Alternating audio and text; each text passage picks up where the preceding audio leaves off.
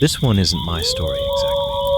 It's my brother Danny's, a long-haul trucker for almost a decade now, and he's told it to me enough times over the years that I know it almost as well as he does. He gave me his blessing to share it.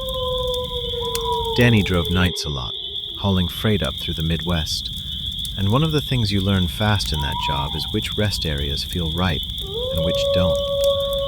Most of it's instinct, built from thousands of nights parked in gravel lots under sodium lights, engine ticking as it cools, waiting out your mandatory rest hours before the next leg. This particular night, he'd pulled into a rest area off a mostly empty stretch of interstate, maybe 2 other trucks parked at the far end, nothing else. He climbed into his sleeper cab, set his alarm, and was almost asleep when he heard someone testing the driver's side door handle. Semi-cabs lock like any vehicle, and he'd locked his without even thinking about it, force of habit.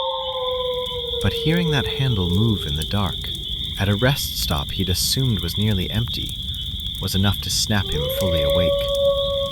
He looked through the small gap in his curtain and saw a man standing right at the door, looking up at the cab, not moving away even after the handle didn't give. Danny did what he always tells me to do in that situation, something he learned from an older driver years before. He didn't hide. He turned his cab light on, full bright, and looked directly down at the man through the windshield, making it completely clear he'd been seen. Then he leaned on his horn, one long, deliberate blast, the kind that echoes across an entire rest area and wakes up anyone within a quarter mile. The man ran.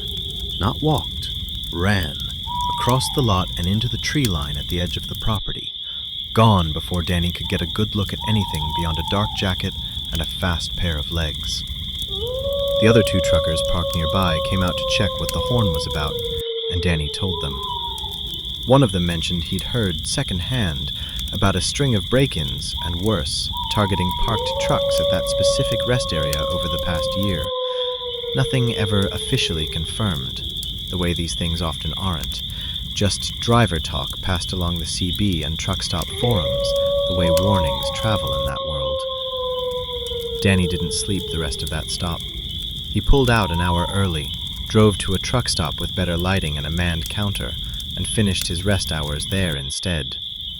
What he took from it, and what he's told me more than once since, is that the trucking world runs on an informal network of warnings that never make the news.